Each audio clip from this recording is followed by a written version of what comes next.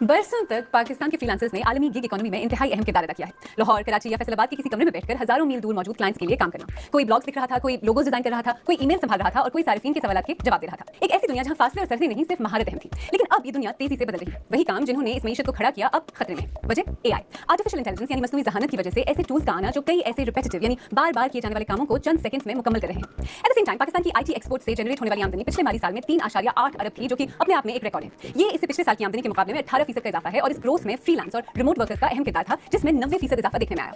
इस कॉन्टेक्स्ट में आज ये समझने की कोशिश करेंगे कि पाकिस्तान में फ्रीलांस काम पर एआई का क्या असर पड़ रहा है। आपको तस्वीर के मस्बत और मंफी दोनों रुख दिखाने की कोशिश करेंगे। इसके साथ साथ दो सवालों का जवाब देने की कोशिश भी करेंगे। क्या इंटरनेशनल कंपनीज के लिए एआई की वजह से पाकिस्तान जैसे कम आमदनी वाले ममालिक से फ्रीलांसर्स को हायर करने की अपील कम हो रही है, और क्या पाकिस्तान के पास वो स्ट्रैटेजी, हुकूमती सपोर्ट, वो तैयारी मौजूद है जो उसे एआई के इस नए दौर में पीछे रहने से बचा सके। आजकल तो ऐसा लगता है कि जिससे बात करें जहां जाएं एआई का ही जिक्र होता है। एआई, बॉट्स, एजेंट्स, और प्रोग्राम में आगे चलकर एआई एजेंट्स होते क्या हैं और करते क्या हैं, इस पर तफसील से बात करेंगे। लेकिन आप पहले ये समझने की कोशिश करते हैं कि पाकिस्तान में इतने सारे लोग पिछले कुछ वर्षों में फ्रीलांस काम क्यों करने लगे। इससे भी पहले फ्रीलांस का मतलब क्या है। देखिए, अगर आप सेल्फ एम्प्लॉयड हैं यानी आप अपने लिए काम करते हैं और सिर्फ किसी एक कंपनी की मुलाजमत करने की बजाय कई क्लाइंट्स और कंपनीज के साथ एक ही वक्त में काम करते हैं, तो आप एक फ्रीलांसर हैं। मुल्क को दरपेश मुआशी चैलेंजेस, नौजवान नस्ल में बेरोजगारी, दुनिया भर में रिमोट वर्क यानी किसी भी लोकेशन से काम करने का रुझान, एक टेक सेवी नौजवान आबादी और फॉरेन करेंसी में आमदनी का मौका, इन तमाम फैक्टर्स ने पाकिस्तान में फ्रीलांस सेक्टर को फरोग देने में मदद दी। यानी एक तरफ कम आमदनी वाली मुश्किल रिवायती नौकरियों की कमी और दूसरी तरफ घर बैठे डॉलर्स में कमाने का ऑप्शन। कोविड की वजह से भी ये रुझान बढ़ा। नतीजा ये कि अब नौजवान फ्रीलांसर्स की एक बड़ी तादाद पाकिस्तान में रहते हुए बैरून मुल्क बेस्ड कंपनीज के लिए काम करती है। आपको पता है पाकिस्तान को अक्सर दुनिया के सबसे बड़े फ्रीलांसिंग मार्केट्स में शुमार किया जाता है, जहां फ्रीलांसर्स की तादाद मुख्तलिफ अंदाजों के मुताबिक तकरीबन 10 लाख से 30 लाख के दरमियान बताई जाती है। तो इस फ्रीलांस मॉडल में अमेरिका, बर्तानिया और दीगर तरक्की याफ्ता ममालिक की कंपनीज का क्या फायदा है। देखिए, जिन सेक्टर्स में पाकिस्तानी फ्रीलांसर्स ने अपना नाम बनाया है, वहां कंपनीज के लिए अहम बात यह है कि उन्हें निस्बतन कम कीमत पर बेहतरीन क्वालिटी का काम मिलता है।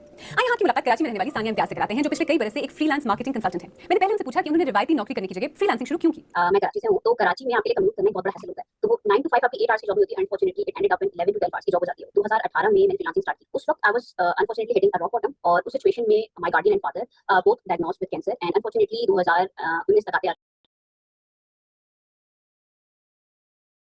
ट्रेजेडी के बाद मेरे पास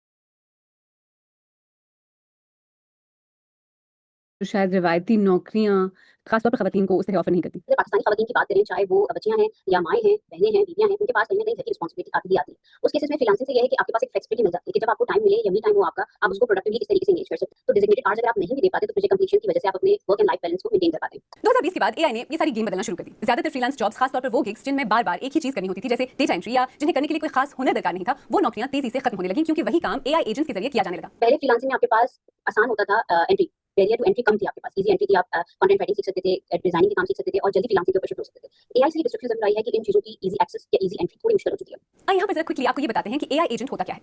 एआई एजेंट्स खास तरह के टूल्स होते हैं जो चैटजीपीटी और जेमिनी जैसे एआई टूल्स की तरह सिर्फ आपसे बात नहीं करते, बल्कि आपके लिए कई छोटे मोटे काम कर भी सकते हैं। यानी एआई से ये पूछने के लिए कि मैं फ्लाइट कैसे बुक करूं, आप अगर एक एआई एजेंट से कहते हैं कि मुझे कराची की सस्ती फ्लाइट बुक कर दें, तो वो एजेंट फ्लाइट सर्च करके कीमतें कंपेयर करके आपके लिए बेहतरीन ऑप्शन सिलेक्ट करता है। आसान ज़बान में ये एक स्मार्ट डिजिटल असिस्टेंट जैसा है, जो ये समझता है कि आपको क्या चाहिए। ऐसे काम जो इससे पहले आप हम जैसे लोग कई कंपनीज के लिए करते थे। यानी $50 महाना पर एक एआई एजेंट आपके लिए अब वही काम एक पाकिस्तानी फ्रीलांसर से भी कम कीमत में कर सकता है, जिसके लिए अब तक फ्रीलांसर आपको बेहतरीन रेट देता था। अब अगर हम इस तरह के टूल्स के इंपैक्ट की बात करें, तो फाइनेंशियल कंपनी गोल्डमैन सैक्स के मुताबिक जनरेटिव एआई आलमी सतह पर 300 मिलियन नौकरियों को मुतासिर कर सकती है। मिसाल के तौर पर फरवरी 2024 में स्वीडन की फिनटेक कंपनी क्लारना ने अपने कस्टमर सर्विस सिस्टम में एआई एजेंट्स मुतारिफ करवाए। कंपनी के मुताबिक ये एआई असिस्टेंट अब तक 2.3 मिलियन गुफ्तगुओं का हिस्सा बन चुका है, जो कि क्लारना की मजमूई कस्टमर सर्विस चैट्स का तकरीबन 2/3 हिस्सा है। ये एआई सिस्टम 700 फुल टाइम इंसानी एजेंट्स के बराबर काम कर रहा है। और इस तरह की तब्दीली सिर्फ सादा नौयत की काम तक महदूद नहीं रही। वो सर्विसेज जो कभी फ्रीलांसिंग की दुनिया में सबसे ज्यादा मांग और ज्यादा मुआवजे वाली समझी जाती थी, जैसे वेबसाइट डेवलपमेंट और ऐप डेवलपमेंट, वो भी मुतासिर हो रही हैं। मैंने इसी बारे में अब्दुल अहद से बात की, जो पिछले कई साल से कराची में एक आईटी बिजनेस चला रहे हैं। मैंने उनसे पूछा कि पिछले कुछ बरस में हालात किस तरह तब्दील हुए हैं और ऑन द ग्राउंड क्या हो रहा है। अच्छा, एक फॉर्म के अंदर जो है किसी प्रोजेक्ट के लिए कम लोग चाहिए और एक फॉर्म के अंदर जो है काम बढ़ा दिया। पहले अगर हम मोबाइल ऐप्स डेवलपमेंट करते थे या कस्टम सॉफ्टवेयर डेवलपमेंट करते थे, तो उसके अंदर जो है हम 4 बंदों की मदद से, डिजाइनर है, front end back end developer, Q engineer वगैरह सब बंदे हैं, तो उसके बजाय हमको 2 बंदे चाहिए। तो अब जो एआई की मदद से, बहुत सारे टूल्स की मदद से वो काम रिड्यूस हो गया। तो जिस काम 1 महीने लगता था वो काम 1 हफ्ते में हो जाता है गूगल स्टेज या बाकी टूल्स की मदद से। तो इसके सेम केस में कुछ फील्ड्स में काम बहुत ज्यादा बढ़ गया है। बहुत सारे बिजनेस के अंदर जो है वो एआई रिसेप्शनिस्ट चाहिए, उनको एआई क्वालिफिकेशन चाहिए, जो हमने इंटरनेशनल लेवल पे भी लोगों को डेमो दिया है और काम भी कर रहे हैं अल्हम्दुलिल्लाह। आपके लिए ओवरऑल इंपैक्ट पॉजिटिव है या नेगेटिव है एआई का? मेरे लिए इम्पैक्ट पॉजिटिव है, क्योंकि मेरी जो है कॉस्ट कटिंग बहुत ज्यादा है अल्हम्दुलिल्लाह। और इसके अंदर जो है अगर जो मुझे 10 इंजीनियर चाहिए थे जिन प्रोजेक्ट कंप्लीट करने के लिए, आज वो काम मैं 4 से 5 इंजीनियर से कर रहा हूँ। तो एक as agency owner, IT company owner, cost cutting ज्यादा है और उसके बेस पर अपॉर्चुनिटीज बहुत ज्यादा है। जो मेरे पहले मेरे पास लिमिटेड स्कोप ऑफ अपॉर्चुनिटीज थी कि मोबाइल ऐप सॉफ्टवेयर बनाना है, अब मेरे पास एआई की बहुत बड़ी डोमेन खुल गई है और बहुत सारी कंपनीज जो है वो एआई के फ्लो लोग के अंदर आ रही है, वो मांग रही है कि हमको एआई सर्विस चाहिए। अब देखिए, ऐसा भी नहीं है कि हर तरफ नाउमीदी और मुश्किलात ही हैं। आफ्टर ऑल ये सब कुछ पहली बार तो नहीं हो रहा। जब कंप्यूटर्स ने टाइपराइटर्स की जगह ली थी तो टाइपिस्ट की नौकरियां खत्म जरूर हो गई थी, पर साथ ही कंप्यूटर्स ने एक नई इंडस्ट्री को जन्म दिया जिसमें हजारों लाखों नई नौकरियां क्रिएट हुई। इसी तरह फिल्म वाले कैमरास की जगह डिजिटल कैमरास और फोटोग्राफी ने ली तो फिल्म डेवलपर्स की नौकरियां खत्म हो गई, लेकिन फोटो और वीडियो एडिटिंग, डिजिटल एडिटर्स और कंटेंट क्रिएशन जैसे शोबे भी डेवलप हुए। यानी जब भी किसी इंडस्ट्री में बड़ी तब्दीली या शिफ्ट आती है तो जहां एक तरफ नौकरियां खत्म होती हैं, वहीं दूसरी तरफ नए मौके भी क्रिएट होते हैं। अगर ये सच है कि एआई लो स्किल रिपीटेटिव फ्रीलांस वर्क यानी कम हुनर पर मबनी बार-बार किए जाने वाले फ्रीलांस कामों में पाकिस्तानी फ्रीलांसर्स को रिप्लेस कर रही है, जिसमें कई आईटी वाले काम हैं, तो फिर ओवरऑल आईटी एक्सपोर्ट्स में इस कदर इजाफा कैसे हो रहा है? मैंने ये सवाल परवेज अब्बासी से पूछा, जो एनआईसी यानी नेशनल इंक्यूबेशन सेंटर के फाउंडिंग प्रोजेक्ट डायरेक्टर होने के अलावा मुल्क में दीगर इंक्यूबेशन सेंटर्स के साथ काम कर चुके हैं। एनआईसी पाकिस्तान में पब्लिक प्राइवेट पार्टनरशिप के तहत कायम इदारा है जो स्टार्टअप्स को सपोर्ट करता है। बजाय तो ऐसा लग रहा है ना कि ये थोड़ा सा कॉन्फ्लिक्ट है, लेकिन हकीकत ये है कि एक तो हमारी जो हाई एंड क्वालिटी का जो काम है वो बढ़ रहा है, कि जो क्वालिटी ऑफ वर्क जो है और जो रेट वो चार्ज कर सकते हैं वो दिन ब दिन बेहतर होता जा रहा है। जहां तक डिक्लाइन की बात है, यस फ्रीलांसर्स जो है, अगर आप देखें ग्लोबली जो है फ्रीलांसर्स जो है इंडिपेंडेंटली जो लो क्वालिटी का काम करते थे वो अब आहिस्ता आहिस्ता खत्म होते जाएंगे, और उसकी वजह यही है कि एआई ने उसको टेक ओवर करना है। तो मैं समझता हूं कि जो हाई वैल्यू और बेटर क्वालिटी जो है वो मजीद बेहतर होता जाएगा हमारे लिए। गवर्नमेंट की जो इस वक्त पॉलिसी है, एआई पॉलिसी भी अनाउंस किया गवर्नमेंट ने रिसेंटली, जो उनकी पॉलिसी है, जिस तरह की इन्वेस्टमेंट अभी तक उन्होंने प्लेज किया, आपको लगता है वो काफी है? इट्स नेवर इनफ, लेकिन साथ साथ ये भी मैं कहूंगा कि आगाज तो हुआ है, शुरू हो गई है, और जिन लोगों को जरूरत है, जो समझते हैं कि वो होता है ना कि मैं कहां जाऊं, तो कम से कम वो डिजी स्किल्स के जो प्रोग्राम्स हैं और जो दूसरे एआई के जो साइबर सिक्योरिटी के प्रोग्राम्स हैं उसके ऊपर मेरे ख्याल में लोग जा सकते हैं। जो पाकिस्तानी फ्रीलांसर्स हैं उनके लिए अगर आपने एरियाज ऑफ ग्रोथ आइडेंटिफाई करने हो कि वो कौन से एरियाज हैं जिसमें अगर वो इस वक्त एफर्ट डालें तो उनके लिए बेहतर नतीजे निकल सकते हैं, वो कौन से एरियाज होंगे? हम बार बार कहते हैं ना कि एआई जो है वो टेक ओवर करेगा, लेकिन मैं समझता हूं कि एआई जो है ना वो एक टूल है। अगर हम सिर्फ अमेरिका को देखें तो मतलब कि 30 मिलियन से ज्यादा जो है, 3 करोड़ से ज्यादा जो है ना बिजनेस है वहाँ पे, लेकिन उसमें सिर्फ 30 लाख जो है वो ऐसे हैं जो बड़ी बिजनेस हैं, बाकी सब छोटे हैं। तो मैं समझता हूं कि अगर हम एआई को इस्तेमाल करें और हम एआई को इस्तेमाल करते हुए उनको सर्विसेज फराहम करें, और मैं फिर अर्ज करूंगा जहां पे शायद मैं पहले एक सर्विस प्रोवाइड करता था, अब एआई के जरिए मैं शायद 3-4 सर्विसेज प्रोवाइड कर सकता हूं, तो मैं उनसे शायद 2-4 पैसे भी ज्यादा ले सकता हूं और क्वालिटी ऑफ काम भी कर सकता हूं। अगर हम वक्त के साथ साथ हालात के साथ साथ बदलेंगे नहीं तो हम पीछे रह जाएंगे। तो मेरी राय ये है कि जितने भी हमारे फ्रीलांसर्स हैं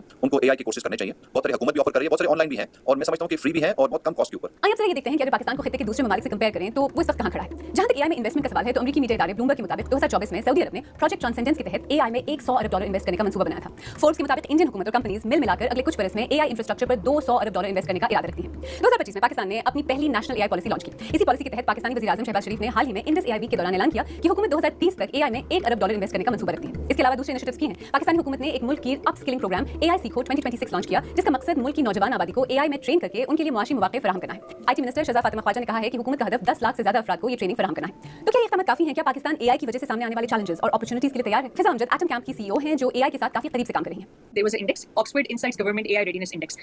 इसमें ये साउथ एशियन और सेंट्रल एशिया की जो कंट्रीज हैं उनकी रैंकिंग करते हैं based on how prepared they are for AI. Pakistan का नंबर 8वें नंबर पे है out of the 17-18 countries, and we are behind. हमारे से ऊपर कौन-कौन है? हमारे से ऊपर ऑफ कोर्स इंडिया है, हमारे से ऊपर बांग्लादेश है, हमारे से ऊपर श्रीलंका भी है। पाकिस्तान का जो R&D एक्सपेंडिचर होता है वो 0.16% ऑफ योर जीडीपी है, जो कि ग्लोबली भी बहुत कम है। इस 90s में जो इंडिया ने इकोनॉमिक पॉलिसी जब बनाई थी, उन्होंने उसी वक्त बहुत क्लियर कट कुछ पॉलिसीज बनाई थी that has not been changed up, और वो अब क्या है 30-40 years ahead they are reaping that though seeds. बात ये है कि अगर आपने 1 मिलियन प्रोफेशनल ट्रेन करना है 2030 तक, you need a strong financial backbone for it, जो कि हम वी कैन होप के ऑल दीस इयर्स ये हो सके। पाकिस्तान अगर एआई में सस्टेनेबल ग्रोथ, देर पा ग्रोथ और वक्ती ग्रोथ अचीव करना चाहता है तो सिंगल मोस्ट क्रिटिकल एरिया आपकी नज़र में क्या है? Human capital. I feel like इससे बड़ी कोई और बात नहीं हो सकती। ह्यूमन कैपिटल कैसे मुराद है कि आप अपने स्टूडेंट को इस तरह ट्रेन करें, और क्या ट्रेन करें, और क्या हम उस, और जब हम वो ट्रेन करते हैं तो क्या हम उसके सक्सेस या फेलियर मेजर भी कर रहे हैं कि नहीं कर रहे। स्किल देना, और एक स्किल जो कि आपके करियर पे अफेक्ट करे, और एक स्किल जो कि आप सिर्फ लिंक्डइन पे एक सर्टिफिकेट लगा के रख दें। उन दोनों स्किल्स में एक बहुत बड़ा फर्क है, वो ये है कि कितनी इंडस्ट्री रेलेवेंट स्किल है उसकी बनने की।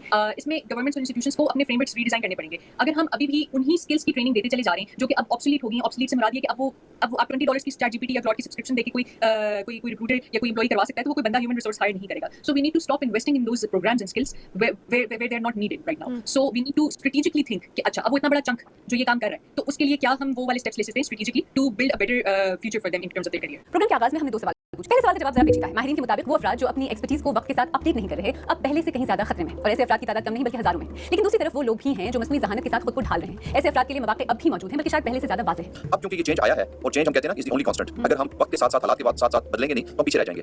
पाकिस्तान के लिए भी इसमें कुछ अहम फवायद बरकरार है। कम लागत में कारोबार करने की सहूलत, निस्बतन कम कॉस्ट ऑफ लिविंग यानी अखराजात ज़िंदगी, और डॉलर में कमाई करके मकामी सतह पर खर्च करने का फायदा। और जहां तक दूसरे सवाल का ताल्लुक है तो ये बात भी सच है कि सिर्फ इंफरादी सतह पर एक्सपर्टीज या महारत बढ़ाना काफी नहीं, बल्कि एआई के लिए एक वसी हिकमत अमली की जरूरत है ताकि हुकूमत और निजी शोबा मिलकर काम करें, मजबूत इंफ्रास्ट्रक्चर, सरमायाकारी और वाज़ेह पॉलिसी सपोर्ट फराहम की जाए। पाकिस्तान के वज़ीर-ए-आज़म की तरफ से एआई में $1 अरब की सरमायाकारी का ऐलान एक अहम कदम जरूर है, लेकिन पाकिस्तान के लिए अभी आगे का रास्ता बहुत लंबा है।